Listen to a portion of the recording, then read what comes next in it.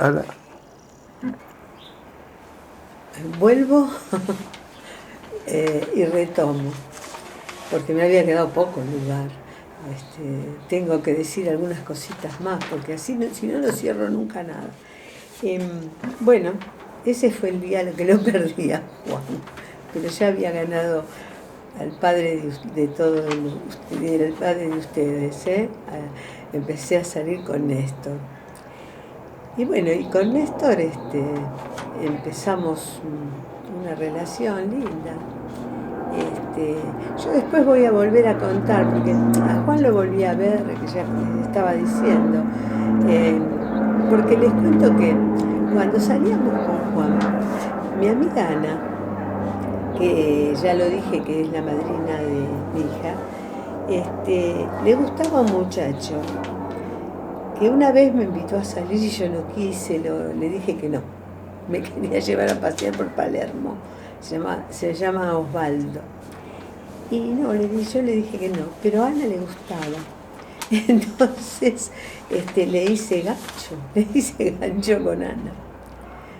Y Ana se casó con ese muchacho. Y yo a Juan, se fue, solo se fue. Pero lo veía algunas veces, salíamos a la misma hora de los bancos. Lo veía y nos saludábamos nada más. Bueno, después, porque esto pasó después, cuando Ana tenía 2 nenes, bueno, los chicos se deben de acordar, que eran terribles, que venían a casa a visitarnos, eran terribles, más de la edad de mis hijos. Y los cumpleaños nos encontrábamos con ellos, porque él era amigo de Osvaldo. Así que ahí lo volví a ver. Un día lloraba el nene que le dolía no sé qué y me pidió consejo a mí, porque los míos eran un poco más grandes, yo me casé primero.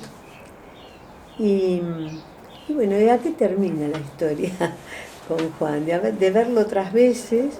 Una vez lo vi que subía al colectivo y nosotros estábamos con Alejandro Lupa. Y nos hicimos, y me hice la distraída, no lo quería ni saludar, ¿viste? Quedó así. Después, ahora hace poco tiempo, una de mis nietas lo buscó en WhatsApp. No, en WhatsApp no, en Facebook. Y lo encontró. Era el presidente ¿cómo se llama? Del Rotary Club. Y se mantenía muy bien, no era una foto vieja.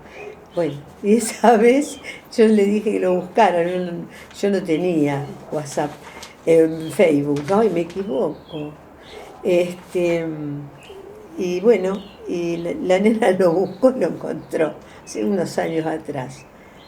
Bueno, era para mostrarles quién era Juan. Bueno, ahora empezamos la nueva vida. Ya está, ya estuvo todo lo secundario, se acabó. Ahí también muestro fotos con mis amigas, ahí está Ana también. Bueno, empezamos una nueva vida y empezamos a salir un día 24 de septiembre, cuando fuimos al Tigre. Ahí empezó el amor. Y bueno, y qué sé yo, y siguió. Después vamos a contar eso, porque hasta ahora, con esto quería terminar la etapa del secundario, ¿no? Y como papá se ocupó de contar de todas las cosas que teníamos en la infancia, de las bebidas, los modos como se vivía, que está muy interesante, y dejó muchos para que yo dijera. Por ejemplo, el afilador, que hasta hace poco pasaba por mi casa, el de cuchillos y tijeras, no pasa más, tocaba como un pito, así seguido, y uno salía a afilar los cuchillos, por ejemplo, ¿no?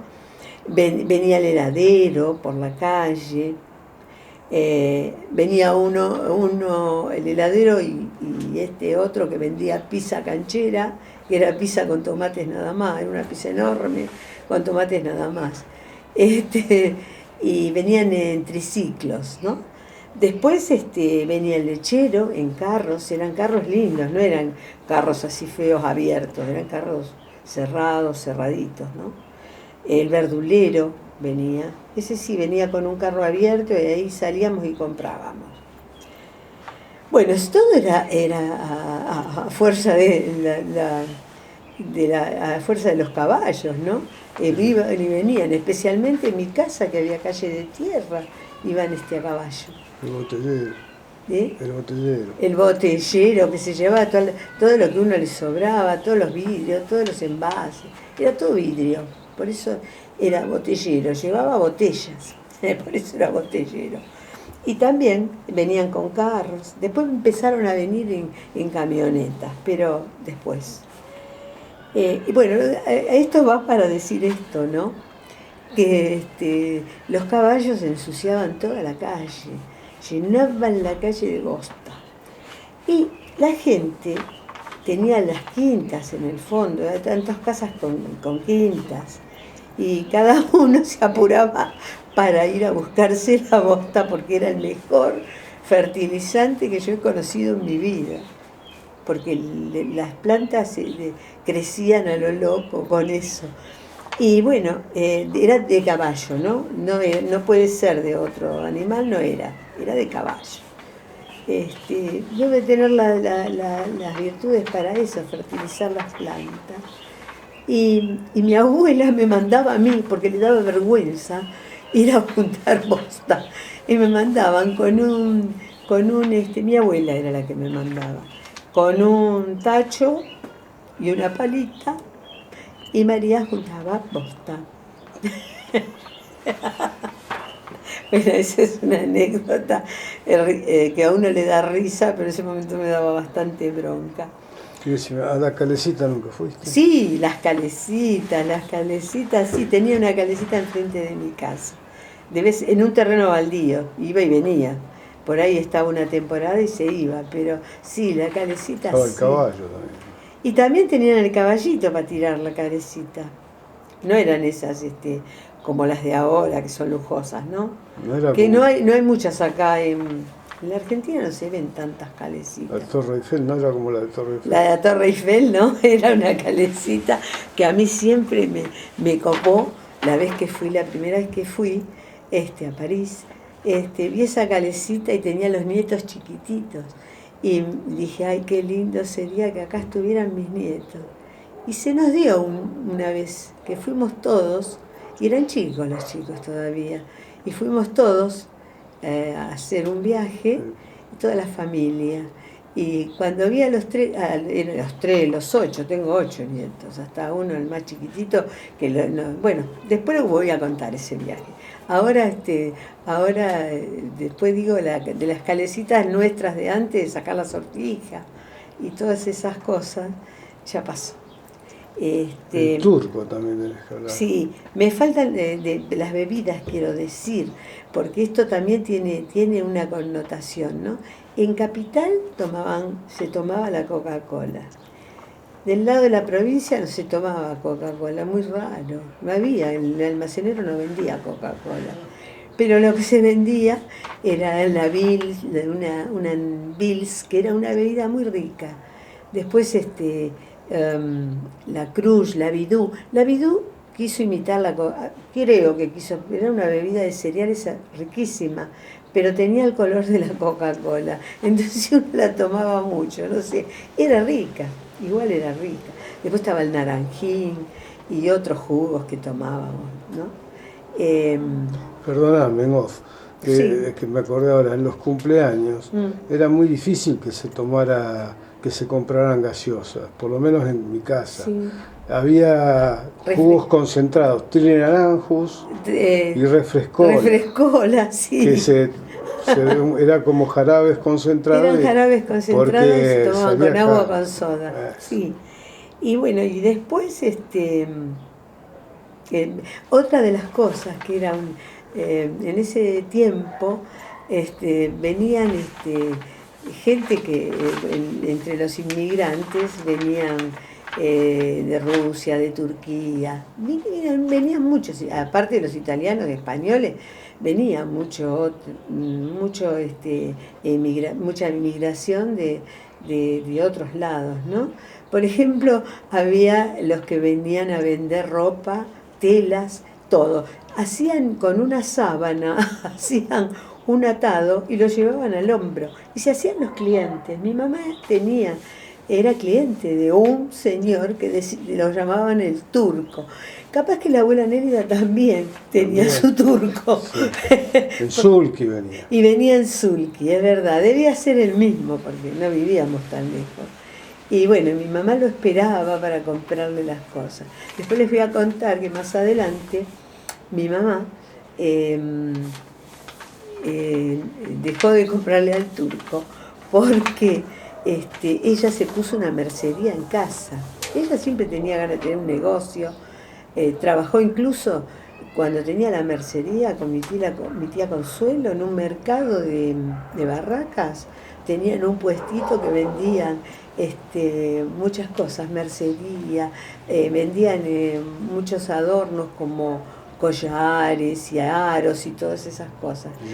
Y vendían bien. Era cerca de Constitución, en Barracas era.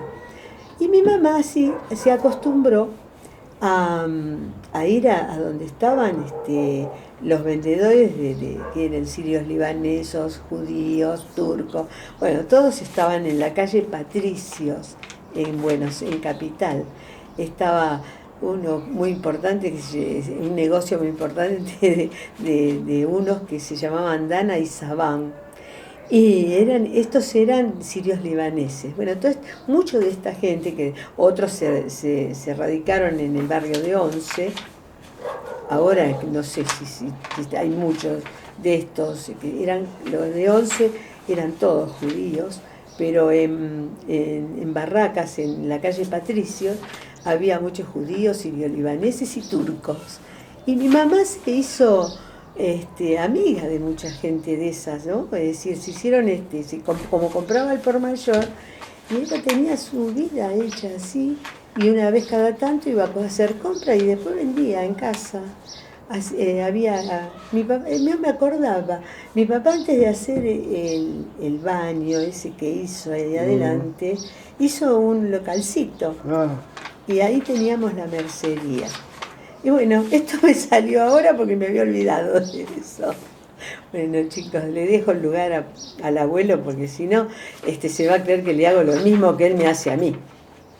Chau. Acá estamos de vuelta, haciendo el cierre. Sí, ahora cuando la abuela hablaba de la venta de billutería y ropa y demás, yo recordé también que la tía Amanda había puesto, ¿se acuerdan lo que hablé de los caballos y todo eso? Ahí hicieron un garage, pero en vez de hacer, primeramente, en vez de usarlo como cochera, había puesto una tienda, ahí en el barrio. Y también me acuerdo que iba a donde dijo la abuela, iba la abuela Concepción. Ella también iba Claudia, para nosotros. Perdón, para el público Claudia, y también, y me acuerdo que vendía mucho, mandita de acá. También con respecto a las bebidas, aunque les parezca mentira, en ese tiempo tenía mucha demanda el ginger ale y el Indian tonic. Que se toma ahora. Exacto, el Cunnington. También en los que andaban por la calle, que eran un montón de gente, estaba el que vendía pirulines. Ese también tocaba un silbato como el afilador y salíamos enseguida, a veces no había, no se podía ir a buscar. Bueno, otra cosita que quería para no quedar cosas descolgadas. De mi abuela Vena tenía un hermano que era el tío Eduardo. No sé si tenía más, se hablaba poco, pero el tío Eduardo sí, me acuerdo bien perfectamente, inclusive hasta cuando nos casamos, él vivía, que me acuerdo me adelanto a los acontecimientos, nos regaló un ventilador para el casamiento que era enorme, un ventilador azul, de una potencia terrible. Pero si ellos se acuerdan, los hijos nuestros se acuerdan. Capaz que ustedes, los chicos, se acuerdan. Vale, los chicos no, los nuestros. Los nuestros se acuerdan del ventilador del tío Eduardo, que por lo menos algún verano nos salvó. Después otra cosa que les quería decir, como comenté, los abuelos, el abuelo mi papá, no se casaron por la iglesia, pero sí nos bautizaron, por las dudas. Y nos bautizaron, que yo me había olvidado, me dijo la abuela, en Luján. No sé si a los 3 en Luján. Pero, a vos por lo menos sí. Sí, nos bautizaron en Luján. Así que no. En fin. Más, bueno, ya no puedo adelantar eso porque estamos por entrar al secundario. Había un cura, yo les conté que la parroquia estaba cerca de casa, la iglesia. Y había un cura, el padre Castro, que era un tipo fantástico y que era como, me hace acordar a Juan el Bautista, porque él iba por la calle, siempre iba con sotana, en ese tiempo se llamaba la sotana, hablaba con los vecinos, ¿viste?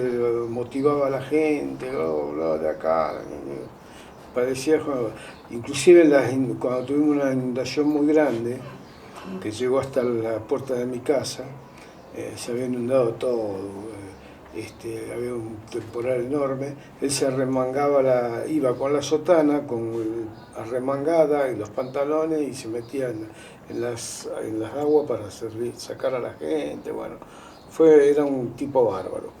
Ahí Gladys empezó a ir a la iglesia, espaciadamente, pero iba.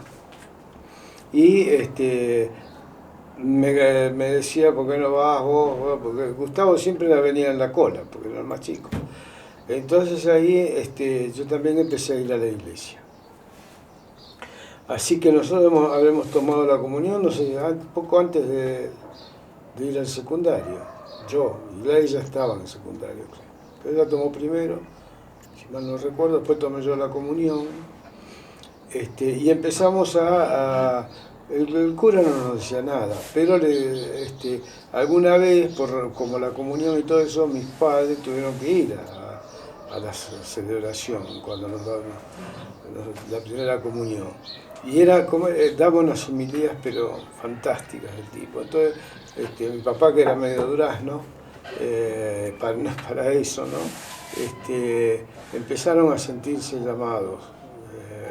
La verdad que tenía un carisma terrible este hombre, y este cura, ¿no? Y al tiempo después, por la acción más que nada de Gladys, y yo apoyándola por supuesto, ellos decidieron dar el paso y se casaron por iglesia. Éramos los 3, nosotros ya éramos grandecitos. Yo ya estaba. Y mamá ya también vino, cuando se casaron por iglesia. Sí. Me adelanto un poco, pero todo eso fue un proceso que llevó años, porque no era fácil, ¿viste? Bueno, eso quería contar, y ya también ahora, en la próxima intervención, empieza a entrar en nuestras vidas. Yo diría que es como un despertares, fue para mí el secundario. Por varios motivos, aparte de las experiencias que le dije referidas a las intimidades, ya uno empezaba a sentir otras cosas. Veía que las nenas, que eran, hasta hace poquito eran nenas, tenían un cambio que vos decías, te parecía que ni las conocías, porque ya se empezaban a desarrollar. Entonces, vos decías que no le iba a empezaba a llamar la atención. Y también en ese momento empezó a meterse, por lo menos en mi vida, la música. Ya uno empezaba a escuchar temas musicales, empezaba ya otro, como les pasará a todos. En el año 51, que llegó a la televisión, esto lo quiero contar como último, mi tío Oscar en ese tiempo había mucha baja tensión, había cortes de luz, baja tensión. Y él, como era, ya dije que era electromecánico, él con un señor que se llamaba Bautista, un hombre muy, muy bueno, tuvo una vida terrible, que es el abuelo del hoy Mago Sin Dientes. La mamá del Mago Sin Dientes era amiga nuestra, vivía al lado de mi abuela, Alicia. Y con este hombre ellos empezaron a fabricar elevadores de tensión, o sea, unos aparatos que se conectaban a la entrada de luz de la casa para evitar esos apagones. Perdón, porque no sé, era una época en que no teníamos casi energía. Sí. Y ¿No? no contamos también con el general que tuvimos la época del pan negro. Ah, del pan negro, es verdad. El pan negro y el Contalo azúcar después. negra. Después la vamos a contar. Para seguir un poquitito el hilo, esperen que me voy a fijar si me queda margen. Sí, todavía me quedan algunos minutos. Resulta que mi papá, en el tronío, ya les dije, dejaron el tronío porque ya no era...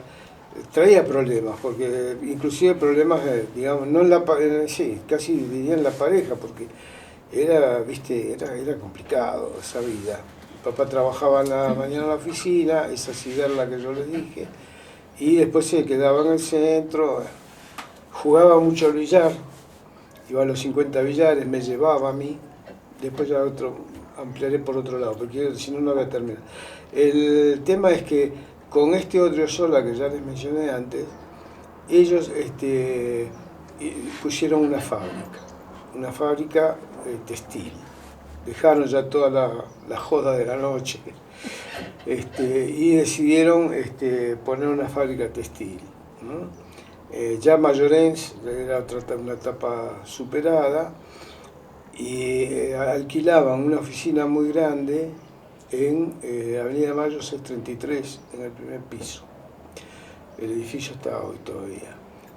Y la fábrica la pusieron en Villa Soldati. Hacía mucho fazón, ya me voy a expandir sobre eso también. Pero ¿qué pasa? En ese tiempo, en esa fábrica, fue a trabajar mi tío Horacio, el hermano, que tuvo problemas. Y también por eso las familias se distanciaron, y también fue a trabajar mi tío Ñato, un tipo macanudo, como ya dije, que por una circunstancia especial que vio de mi tío Horacio, después dejó de trabajar. Mi tío Ñato, recuerden que se casó con mi tía Doris, ¿no? Que es el papá de Graciela, Adriana, Rosa. Era un tipo fantástico, mamá también lo conoció. Nos reía. Bueno, los chicos, creo que los chicos también lo conocieron. Bueno, para terminar la historia, resulta que llegaba a la televisión. Y simultáneamente con la fábrica, mi papá, con mi tío, y con un ferretero que era una ferretería impresionante, Llaneré, era prácticamente un corralón, no te digo Tehuelche, pero era una cosa que estaba sobre la avenida Mitre, tenía un local. Y ahí pusieron un local donde se vendían combinados, que eran los tocadiscos, radios, planchas, artículos de electricidad, más discos. Por eso uno también, tantos discos que hay de pasta y todo eso, de ahí, ¿qué pasaba? Ahí también habían instalado, mi tío, como le andaba siempre con el audio y todas esas cosas, había hecho 2 cabinas de grabación, entonces las alquilaban. Iba alguien que tocaba la guitarra y entonces le grababan un disco ahí. Entraba en la cabina, el tipo tocaban conjuntos, eran cabinas chicas, pero que eran cabinas que se usaban cuando la gente iba a comprar un disco, la costumbre era que quería escucharlo. Entonces pasaba a la cabina para no molestar si había más gente en el local y pasaba el disco, ¿no? Ahí yo fui a ayudar, porque un sobrino de Llaneré, que se llamaba Federico, era que estaba a cargo de la parte de los discos. Y yo iba ahí, siempre un pesito ligaba. Y termino con, como llegaba la televisión, y no había en ningún lado televisión, entonces ellos compraron un televisor, pintaron toda una vidriera de blanco y dejaron el agujero. Era un televisor que tenía una pantalla así, de 21 pulgadas creo que era. Entonces no había más grande. Lo pusieron ahí, arriba de un banco grande, me acuerdo, estaba alto, y daba a la calle. Y el día que se inauguró la televisión, que creo que fue como un partido de fútbol, se iniciaron las transmisiones, era un gentío terrible. Y ellos lo usaban mucho para propaganda, así que la televisión. Para los... en el barrio mío, por ejemplo, no tenía nadie televisión. El primero que tuvo fue a los 2 o 3 meses, lo llevó, que me olvidé de contar algo de los llevó, ya lo vamos a contar. ¿Y qué era? Cuando vos te dabas cuenta de televisión, porque se ponía una antena, una antena en el techo. Entonces cuando vos ibas decías, a ver, ¿quién tiene? Andábamos todos mirando los techos para ver, estoy en televisión. Imagínate, cuando uno llegaba a tener un televisor, ¿viste? Te sentías todo inflado, porque el que pasaba decía, tiene televisión. Bueno, esas pavadas, bueno, ya también vamos a tener otra historia de la televisión en color, cuando compramos el televisor en color, pero todo eso es otra historia. Vamos a terminar por hoy. Un beso para todos.